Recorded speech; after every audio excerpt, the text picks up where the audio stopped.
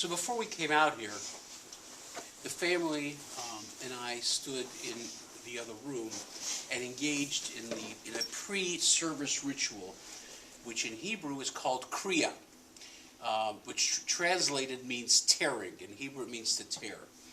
Because the original custom in Judaism was to tear an article of your clothing as a sign of mourning. However, in recent times, that custom has morphed a little bit into the fact that we now take a ribbon and place it on the deceased family, and we tear that ribbon instead. And they wear this ribbon during the entire period of Shiva, the entire 7-day period of mourning.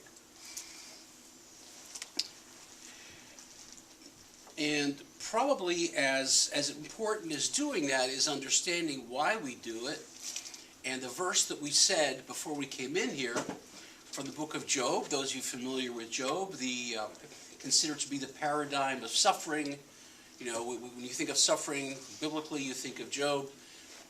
And there's a verse that says, that the Lord has given, the Lord has taken away. Praise be the name of the Lord. So on the one hand, we're here today because we're grieving a loss. But on the other hand, we're also expressing our gratitude for 98 years here on earth for Shirley Karp. That is kind of a special number, I think. So we remember the gratitude as well as the grief. And for instance, I'm sure that the family is very delighted that in this weather they have this much support from folks. And your support of them. It's also, by the way, one of the great commands of a funeral service. There's two things that we try to do. One is to honor our deceased. That's what we're all doing here right now, honor our deceased. And the other is for the people who are here, who are not members of the family, to engage in the activity of nichum avelim, of comforting of mourners. So, and that's something they can all be gratified for as well. So we're going to begin with words from Ecclesiastes. There's a season set for everything, a time for every experience under heaven, a time for dancing and a time for wailing, a time for birthing and a time for dying, a time for speaking and a time for silence, a time for seeking and a time for losing. The time of mourning is a complicated time. It's filled with many emotions and memories, both bitter and sweet. We begin our service with the recitation of psalms and prayers, thus linking the life of Shirley Karp with the 3,000-year-old tradition of the people of Israel and the eternity of God. From Psalm 15, we say, Mizmor David, Adonai mi yargo ba'olecha mishkom b'arkotshecha, holech tamim ufoel tzedek v'dever emet bilvavo, raga shelo ra'a lo v'cherpa lo nasa krovo. Do we deserve to enter God's sanctuary? Can we merit a place in the presence of God? Live with integrity. Do what is right. Speak the truth without deceit. Have no slander upon your tongue. Do no evil to others. Do not mistreat your neighbor. Spurn a contemptible person, but honor those who revere Adonai. Make these deeds your own, and you shall stand firm forever. And from Psalm 18, Im chasiti chasad, ilvatamim titamam, inavati b'arav v'yukesh titpatal, ki ata amani toshia, ve'inaim ramot tashpil. Ki ata ta'ir neri Adonai Elohai agir choshki, kivecha arutz gedud, uvelohai adeleg shur, ha'el tamim darko, imrat Adonai tzrufa magenhu, lechol hachosim bo. With the loyal you deal loyally, with the blameless, blamelessly. With the pure you act purely, and with the perverse you act wily. It is you who deliver lowly folk, but haughty eyes you humble. It is you who light my lamp. Adonai, my God, lights up my darkness. With you I can rush a barrier. With my God I can scale a wall. The way of God is perfect. The word of Adonai is pure. God is a shield to all who seek refuge. I'm going to chant the words, the 23rd Psalm in Hebrew, after which I invite those who know the Psalm to join with me if they wish to do so in English. Or if you know them in Hebrew, you can join with me as well. מזמור לדוד. אדוני רואי לעשה בנדש ירביצני, על מי מלוכות ינעלני. נפשי שובב, ינחני ומגלה צדק למען שמו. גם כי אלך בגיא צל מוות, לא אירא רע, כי הייתה עמדי. שבטך ומשענתך המה ינחמוני, תערוך לפני שולחנו יצוררי. תשמת בשמן ראשי כל סרוויה, אך טוב וחסד ירדפוני כל ימי חיי, וישבתי בבית אדוני לאורך ימים. Psalm of David. Lord is my shepherd, I shall not want. He makes me lie down in green pastures. He leads me beside the still waters. He restores my soul. He guides me in straight paths for his name's sake. Yea, though I walk through the valley of the shadow of death, I will fear no evil, for thou art with me. Thy rod and thy staff, they comfort me. Thou preparest a table before me in the presence of my enemies. Thou hast anointed my head with oil, my cup overflows. Surely goodness and mercy shall follow me all the days of my life, and I shall dwell in the house of the Lord forever. And also, finally, from the book of Job, there is a section there that talks about a person of wisdom, which I believe we are here to honor here this morning, this afternoon, excuse me. It's from Job chapter 28. There is no replacing a person of wisdom. There are mines for silver and places where gold is refined. Iron is taken from the earth, and copper is smelted from the rock. But where can wisdom be found, and where is the source of understanding? There is no replacing a person of wisdom. And while there are many other items of Scripture we could add, verses, and chapters, and Psalms, it's just as important, or maybe even more important, for us to engage in some personal recollection, to personalize this service. And with that, and with the way we do that is through words from family and acquaintances. And today we're asking the sons of Shirley Karp to come up here and tell us about their mom. And then we have an extra acquaintance who has a story to tell everybody here, and then he's going to share that as well. Marshall. So.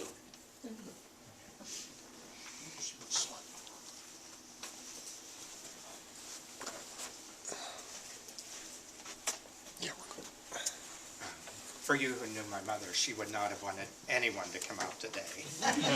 But when she would see her friends, cousins, and our friends, she would have just been thrilled. So thank you, everybody. You're all invited to join us at Renham Station, right across the bridge to the right. So please feel welcome. Our Miami Beach rabbi told me a Mishnah tale. A Jewish funeral procession and a Jewish wedding procession were progressing in opposite directions toward the same intersection. When both processions were facing each other at the crossroads, the funeral procession immediately moved out of the way and to the side for the wedding procession to go first. The reason is that Jewish tradition states that joy and celebration of a couple's new life together shall come before the grief and sadness that accompanies our loved one. Well, this explains exactly what Hillary and I are experiencing. Our great joy on Richard and Mary Beth's forthcoming wedding next Saturday, and our great anguish over bearing Mom today. Side note, Richard and Mary Beth got their wedding license today. Unfortunately, it didn't happen in that order for us. The comfort that we take in Mom's passing on Sunday morning, peacefully in her sleep with no pain and a smile on her face, does give us a sense of relief that she did not suffer. Who cannot be grateful and full of joy for the 72 years that I had with her and the 70 years that Marshall had with her? How many other children have their mothers that long? Mom was the center of 7 generations of a long line of Levines, Sunshines, and Karps. Her great-grandmothers and one great-grandfather came to America from Latvia and Austria-Galicia before the 1900s even began. Her Bubby and Zadie lived around the block from her in Altoona, and her grandma Sunshine lived in Pittsburgh. Her mother arrived in Pittsburgh in 1900 at the age of 4 or 6 because she always lied about her age. Her father was the first generation born here in Altoona in 1894. Mom was born in her mother's bed on April 6, 1927. Mom would have been 99 in April. She always told us she was named after Shirley Temple, but she couldn't have because Shirley Temple was born a year after her. The 4 of us came next with the help of Dad, me, Marshall, Barbara, and Mulder, of blessed memory, from a short time period, 1953 to 1959. Then her 5 cherished grandchildren, Ryan, Aaron, Nathan, Blake, and Richard. And lastly, Chloe, her great-granddaughter. Not only was she the center of these 7 generations, but Mom was the center of our lives, around which everything was centered. Mom and her brother Albert were constant companions. She had a very happy home life in Altoona, Pennsylvania. She would visit her Pittsburgh grandmother and her aunts in Ohio and West Virginia by train. She was able to sweet-talk her Aunt Belle into getting her a bike because her mother wouldn't get her one. She would watch for the streetcar on winter days like this, when the Altoona Lakemont Pond would freeze. This would signal to the children to go home and get their ice skates and get on the next trolley to go and ice skate. She was refused admittance and kicked out of the Reformed Temple in Altoona when she was to begin her Jewish studies, as her father was the president of the Orthodox shul. Her mother went flying up to that temple, and Grandma never moved fast for anything, and she was enrolled immediately. She helped at her father's corner groceria and ladled out the penny candy one by one, as Grandpa didn't have the patience to deal with the kids' umpteen thousand choices. After she graduated from Altoona, and just listen to these years of how everything is spanning. She graduated from Altoona High School in 1945, and she was admitted into a 2-year program at Shippensburg Normal School for Business Education. She knew typing, shorthand, stenography, and bookkeeping. She was also the goalie for the ice hockey team, but kept skating behind the goal when she saw the other women coming in her. Her mother let her stay 2 more years to get a teaching degree, and she graduated in 1949 after making some lifelong girlfriends, as she called them, and attending many class reunions with Dad. She was immediately hired to teach business ed classes in Newport High School near Harrisburg. Now keep in mind that the beautiful Miss Levine was only 21 years old, and the students that she was given, because she was the newest teacher, were 17, 18, and 19. She was given a class of rowdy young men and taught them life skills such as making a budget, writing checks, and balancing their bank accounts because they were all going to take over their father's businesses. Little did she know that Mom had the most popular class in the whole school. Around that time, a young, handsome veteran and survivor of the attack on Pearl Harbor was having too much fun being single, visiting his mother, Ray Karp, and his siblings, Elkin and Lillian, in Barnesboro, Pennsylvania, on the weekends after the store was closed. He was the owner and proprietor of Karp's Credit Jewelers in Tarentum on Corbett Street that his brother Ruby had started for him after the war. His mother, with the help of his brother Ruby's mother-in-law, knew of a young, pretty, Jewish school teacher in Altoona. A get-together was arranged, dinner was served, a walk around the block without their 2 mothers and the matchmaker in attendance. And 4 months later, they were married on August 17th, 1952 at a Gudathachem synagogue in Altoona, the same temple that she was thrown out of. She moved to my dad's little bungalow house up in Natrona Heights on Oak Manor Drive, and then immediately she and he started becoming parents and raising the 4 of us with so much love and happiness over in Laurel Place in New Kensington. They took us everywhere to visit grandparents, aunts, uncles, cousins, friends, out to eat, drive-in movies, swimming, vacations in Atlantic City, and many, many more events and occasions. These are memorable events that we have done with our families and raised as we raised our own children. She was also the observer and storyteller of everything we did as a family. In between raising us, she helped my father at the store, getting him coffee, keeping him company, and most importantly, doing his accounting and his books for sales and taxes and bills and orders and play rolls, everything he hated. When Dad retired in 1986, the newspaper article in the Valley Daily quoted him as saying, "My wife Shirley was the greatest helpmate in the store and at home that anyone could ever have." She was once dubbed the friendliest woman in Toronto. She was so proud of all our accomplishments. And she wasn't afraid to say, "Listen to what I'm saying, I'm your mother." Or the other infamous line, "Just wait till your father comes home." We didn't have a choice but to listen. I invited her to visit me in Sydney, Australia, where I was teaching there in 1976. My father said, "No, she can't go. I can't do without her." My mom wrote, "I'll be there." And when she arrived, she told me that she had never flown before, all the way to Australia. We had a grand time visiting and touring Sydney and the Opera House, opal mining, and she even slept in a tent in Lightning Ridge. And she toured the federal capital of Canberra. She even met my Australian friend's mother, who was also named Shirley. They were pen pals for many years. She made my dad go to London, England for the wedding of his cousin's son. It was the first time my dad had met any of his British first cousins' families. He even got to meet an aunt and an uncle that were still living. She then took him to the 45th and 50th anniversary of the attack on Pearl Harbor in Honolulu, Hawaii. He met a group of survivors who adopted him into their unit.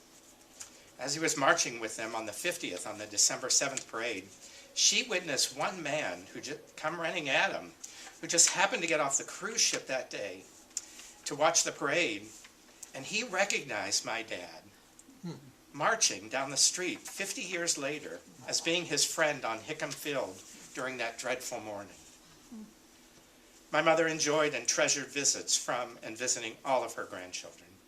Ryan's wedding to Brian, Aaron's grandparents' days, Nathan's acting in shows, Blake's gymnastic events, and Richard's bar mitzvah. She also welcomed and loved our spouses, Hillary, Elaine, and Steve. She was greatly looking forward to seeing photos and hearing all about our son Richard's wedding to Mary Beth next weekend. She was grief-stricken when my father died in 2010, but knew that she had done everything possible to give him such a wonderful life of happiness, good health, and love. She then involved herself with activities and events at her new home at the Ridge Avenue Senior Living right down the street. She made many friends there, especially Annie and Janet, a blessing memory.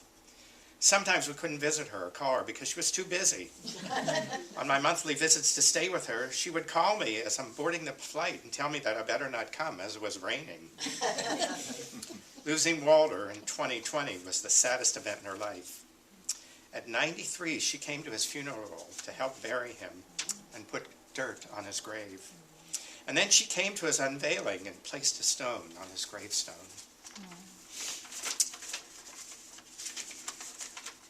It was with the help of our dear friends and now family, Jeannie Cray and Gail Tidwell, who helped her out when she could no longer drive or shop. They kept her company, shopped and cooked for her, and most importantly, came running over from across the Tarentum Bridge in every kind of weather whenever my mother needed immediate help. Their constant presence in her daily life will never be forgotten by all of us, and our hearts are full of gratitude for them, as was hers. When Mom could not live alone anymore, they helped Marshall and I by driving her out to her new home in Heritage Villas in North Canton, Ohio, because we couldn't do it. They even dispersed her furniture and packed up her apartment for us. She settled into Heritage Village, but never really knew or internalized where she was 2.5 years ago. Thank God for Marshall and Elaine, who visited her daily. She was of course, very well liked by all the aides, and was always respected and kind and appreciative of everything they did for her. Mom couldn't do much these last couple years, but she did enjoy her peace and quiet after us and my dad, and a dedicated life of motherhood and care for my dad. She loved her meals and watching TV, nothing violent. She and I would watch the cooking channel on HTV. She'd marvel at the cooking recipes and the furnishings of new houses. She always knew Marshall, Elaine, Hillary, and I were very happy when her cousins and nieces and nephews would call her. These last couple of weeks, she fought off a bronchial infection, but got rid of it, and just started sleeping more last week, and eating less. Heartland Hospital wouldn't take her at first because she was too healthy at 98. But then they agreed, and they were an extra set of eyes, and they started helping her. But they really didn't need to do much except help her with showers and personal maintenance and just give Marshall and I good reports on how well she was doing. They marveled at how she was able to recover from infections and take care of her special medical need up until last week without any help. They also said she was the friendliest patient they ever met. One of them was with her on Saturday and advised us about what was happening to her. She was tiring out. And after 98 years, who wouldn't? Donna, the aide, put the phone up to her ear on Saturday night so I could tell her I love her. And I'm grateful for all she did for us and that I would talk to her tomorrow. Amy from hospice ventured out in the blizzard, the snow, and ice around 6:30 on Sunday morning to call Marshall and I that she had passed away peacefully in her sleep with that smile on her face. Although they told us she could rally, she couldn't, and we were touched and moved by the special care everyone involved who took care of my mother on her last day. Mom, amongst my tears, I cannot say any more except how much everyone loved you and treasured you. God of compassion, remember my mother, whose life shaped our lives. May her soul be bound in the bond of eternal life. May her memory be a blessing and a source of strength. Grant us the courage to honor her legacy through acts of kindness and goodness. And may peace surround her spirit now and forever. Amen. We love you, Mom. I love you, Mom. I always will.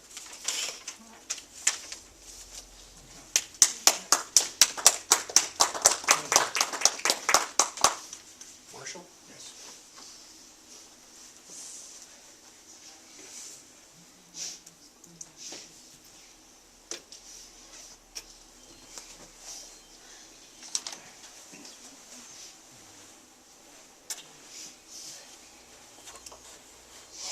Thank you all for coming.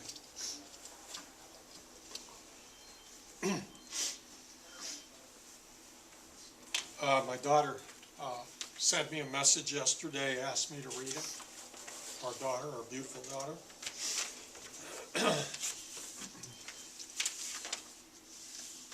My sweet, precious grandma passed away peacefully in her sleep this week. She was my last living grandparent, and what a gift she was. Who could have imagined she would have reached nearly 100 years old? This is almost a century of her smile and her laugh. Even in her final days, she never complained. Instead, she'd look at you and ask, "How are you doing?" And she was consistently cheerful to everyone she met. Not many people get to spend as much time with their grandparents as I did. Our summers and holidays in Pittsburgh are etched in my mind, but it's the smallest thing that brings back the strongest memories.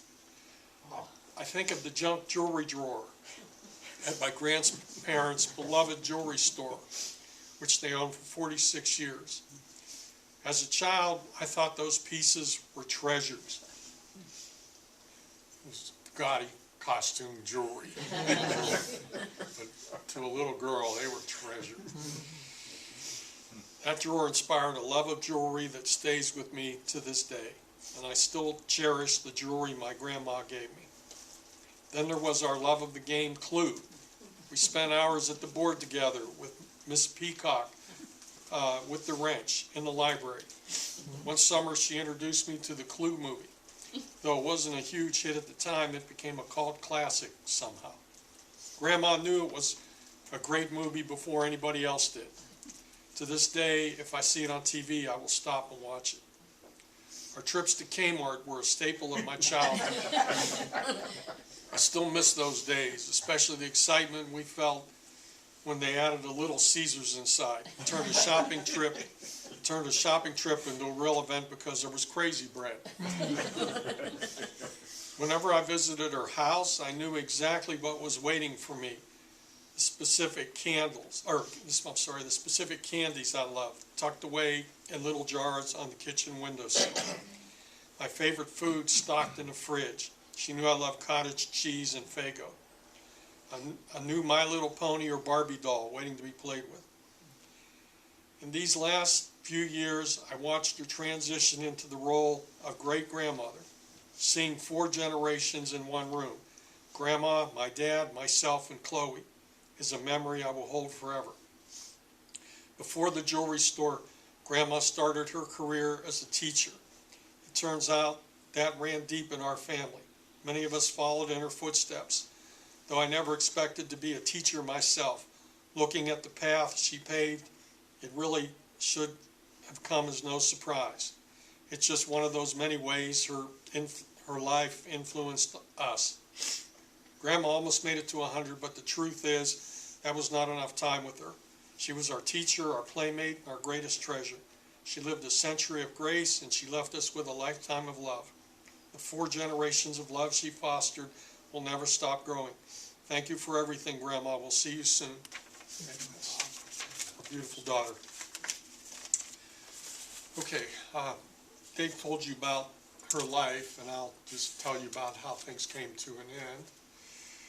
Okay, so my dear mother passed away in her sleep Saturday night or early Sunday morning at 98 years old. 2.5 years ago, my brother and I decided that she could not stay by herself in her apartment anymore up the road here. So we made the decision to move her to Heritage Villa in North Canton, just 15 minutes from Elaine and me. She had to use a walker, as she was so weak and frail, and she had dementia. Our conversations were like, how's the weather out there? And then a few moments later, how's the weather out there? If you've had or had an elderly loved one, you will understand. It was difficult to see her like this, and frankly, it was a long, hard walk through the valley of the shadow of death with her. Yea, though I walk through the valley of the shadow of death, I will fear no evil, for thou art with me. During this time, I went to see her almost every day. I would give her the news of the day, what was going on in the family. I would watch the TV with her, the news stations, the cooking shows, the football games, and the retro comedy shows. Once or twice a week, I read her an Old Testament Bible story. And I got to say, too, that when Dave came up, we would meet for lunch, and as 2 Jewish brothers, we would read Old Testament Bible stories together, and I told Mom that, and she said, I'm glad you're doing that. That's a good thing. Even with the dementia, she had her pleasant personality up to the end.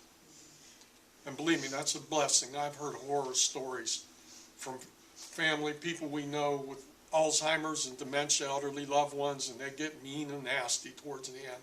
Mom wasn't like that. She was pleasant and happy all her life, and she was that way right up until the last time I spoke to her. As for her last days, the last time I talked with her was Wednesday afternoon. I pulled up a chair and watched TV with her. She was not doing well and was in bed. It had been more and more sleeping and not eating the last couple weeks. When I left, I put my hand on her head, kissed her on the forehead, and told her that I loved her. She said she loved me too. That was the last time we spoke. I couldn't see her Thursday. But Friday and Saturday, when I went over, she was sleeping in bed and did not wake up when I was in the room.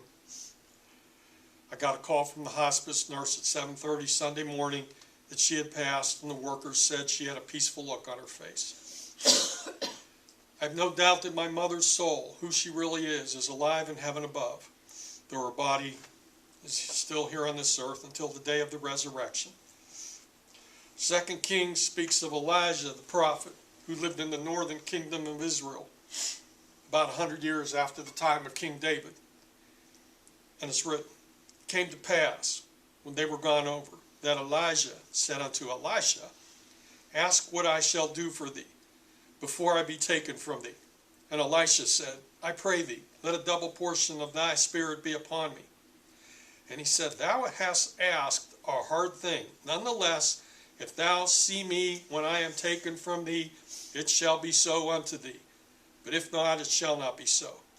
And it came to pass, as they still went on and talked, that behold, there appeared a chariot of fire and horses of fire, and parted them asunder. And Elijah went up by a whirlwind into heaven." Well, right there. I mean, there's heaven, and you can go to it. Now, there was no fiery chariot and whirlwind which carried Mom to heaven. Although that would be going in style. No, I believe that it was as loving and gentle as her taking her last earthly breath and opening her eyes in paradise. To bring this to a close, Saturday while she was sleeping, I stood in the room for a while watching her. There was a picture of her, Dave, you know this, there was a picture of her across the room. It's over there? Yeah, where it's up in the Oh, screen. yeah, it's up there right now. You can see the picture. That was on the dresser. There we go. Yeah, there was a picture of her across the room on the dresser when she was young and beautiful, her college picture. I found myself looking at that picture, and then I'd turn my head and look at my mother, and then I would look back at that picture, and then I would look at my mother, and then I would look back at that picture, and I would look at my mother, maybe a distance of 10 feet. But the thought hit me that just the head turn instant of time between the picture and my mother was her whole life. It had gone by just that fast. But it's what you do with that oh so brief time that we have here on this earth. My mother was a wonderful Jewish daughter, wife, mother, grandmother, great-grandmother. She took care of Dad and Walt, as well as Dave, Barb, and me. She took care of her friends, relatives, and people at the synagogue. She would do anything to help anybody. God gave her the Jewish mother responsibility of caring for her family, and she did her job extraordinarily and remarkably well. I have no doubt when she got to heaven that God said to her, "Well done, my daughter." Thank you.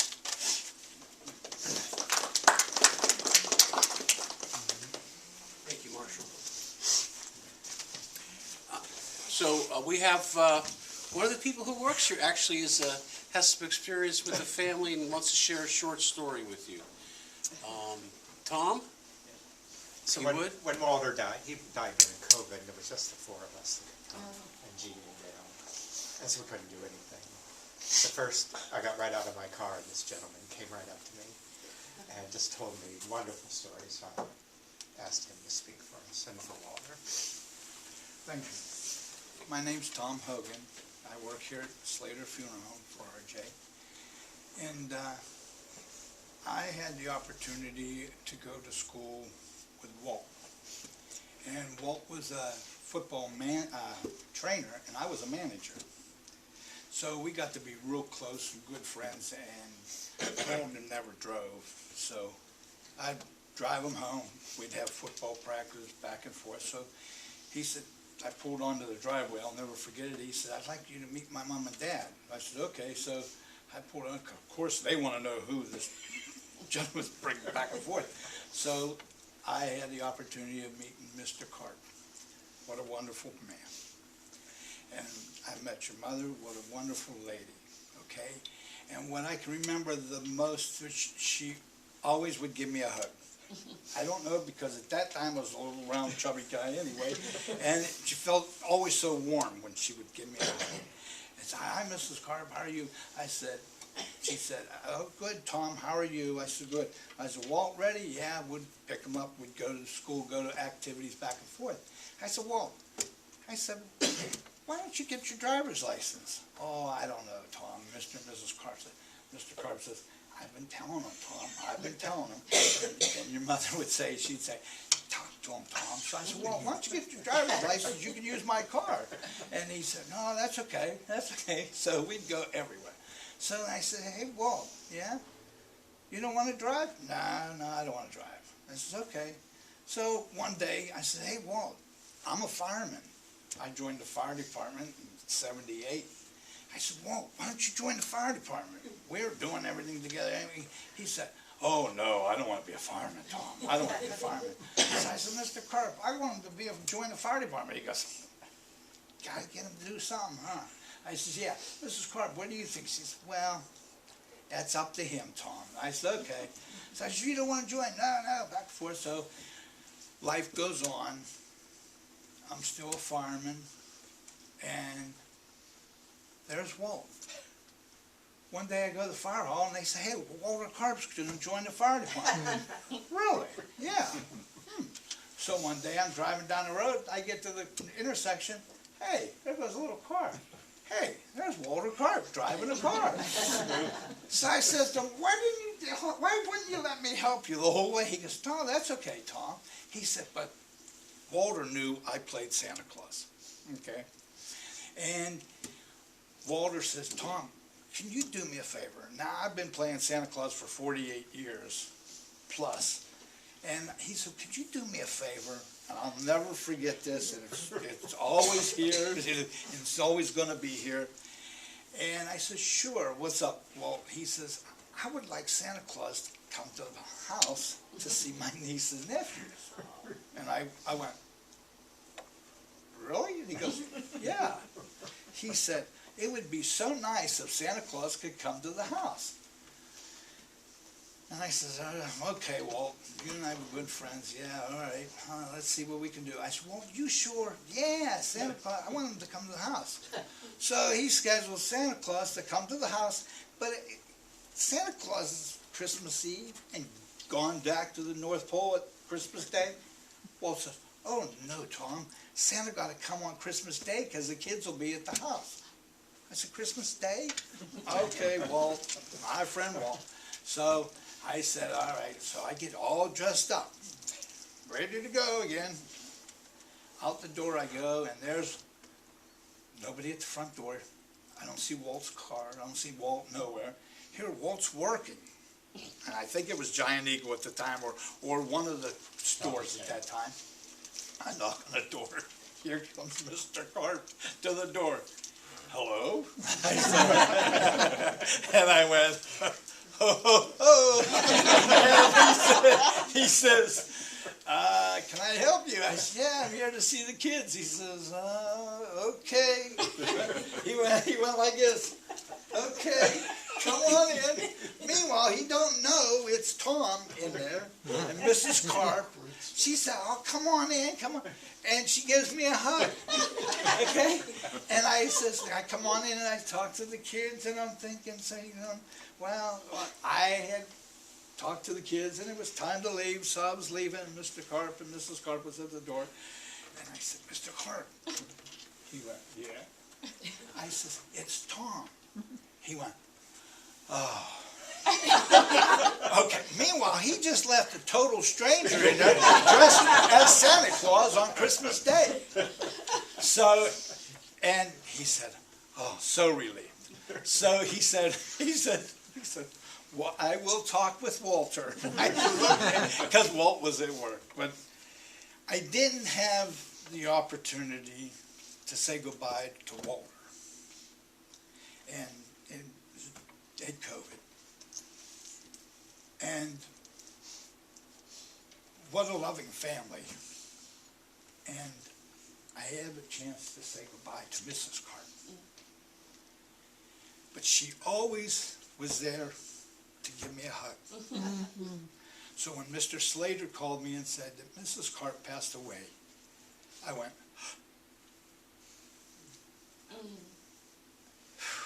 and I couldn't breathe. It just took my breath away. So at this time, I would like to say, have my deepest sympathy from me to you. Thank you. Okay?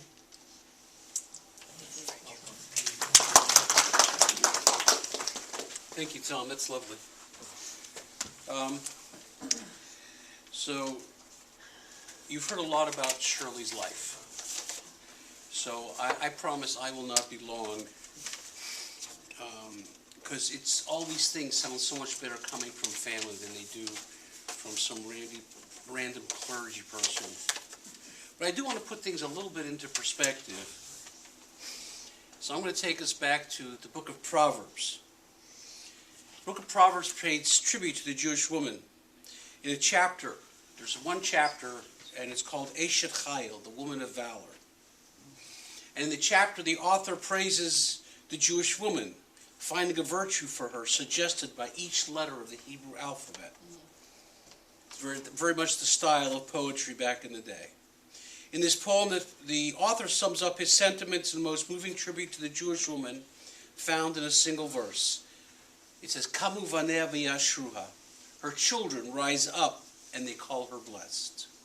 And what we've witnessed here, certainly this afternoon, as David and Marshall presented incredibly heartfelt words about their mother, there is no doubt that this was a woman of valor. Not only was she a role model, she was a loving, gentle, beloved soul to her children, beloved sibling to her brother Albert. But not only does the chapter talk about the woman's role as a mother, it speaks about her as a wife as well. In fact, in many Jewish homes, this particular chapter is recited by a husband to his wife on Friday night as the candles are lit. And it says, the heart of her husband safely trusts in her, and he has no lack of gain. The chapter further goes on to quote the husband as saying to his wife, many daughters have done valiantly, but you rise above them all. Shirley was a true partner to her husband in the business and in the home. Although at home, he might be more likely to say, yes, dear, than anything else. She was a key contributor at the jewelry store and took care of him when he had some physical struggles related to his military service and his experiences at Pearl Harbor. While she wanted a career in education and had actually begun that career, Harry told her that she was worth more to him with him at home and working in the business. She said yes. There were some that said it wouldn't last. But 58 years of marriage proved them wrong. And the truth is, she just liked being part of everybody's world, no matter what her interest happened to be. Harry, for instance, liked to go to the track. So she went to the track, although she would take a crossword puzzle with her. Shirley didn't care so much about sports, but Harry and Walter did. So she watched with them all the football games and other sports as well, baseball. I'm not sure about hockey. I wasn't sure if they got into hockey, but certainly baseball and football. She was very attached to her Jewish roots. And you heard how she ended up in this religious school, not just because they wanted to teach her, but because her mother wanted to make sure that she got the right kind of education, not just random education. And as a result, she became so tied to the Jewish community here in New Kensington and right here in the synagogue, Beth Jacob, that was right there on Kenneth Avenue.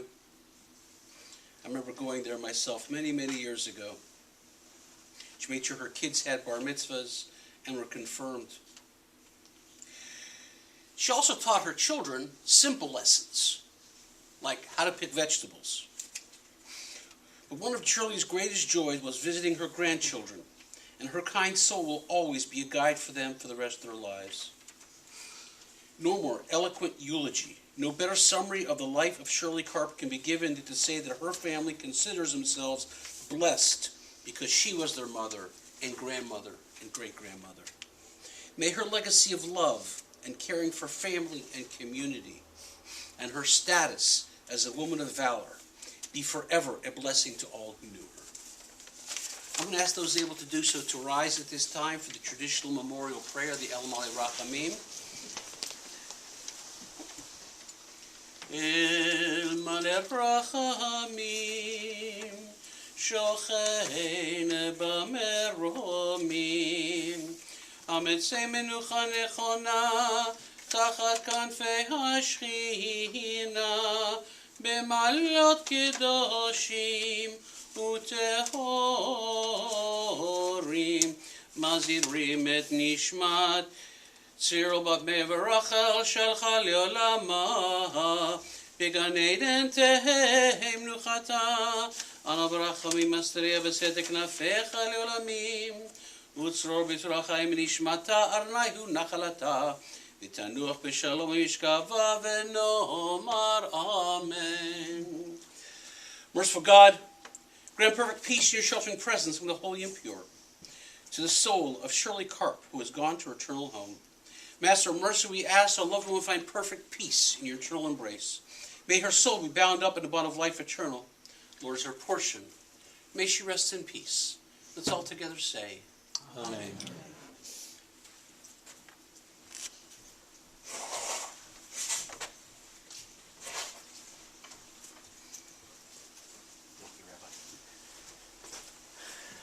Again, we will be going in procession for anyone that wants to attend the graveside middle service.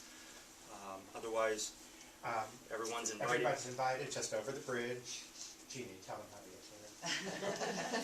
Just gonna follow this road down all the way till you get to this big and Past follow Giant me. Eagle.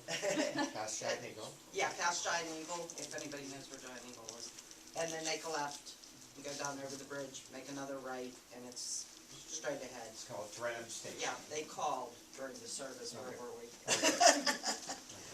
So you're all welcome. We love your Trenton town. Station, yeah. Trenham Station. Yeah. Just, I could give you the address, or Yeah. something, you can follow me. and then we're going to go to the cemetery. Anybody would like to go is welcome. But if not, go over and get a drink and an appetizer, and we'll be right over. Okay? Thank you, everybody. Madeline. Thank you. Thank you.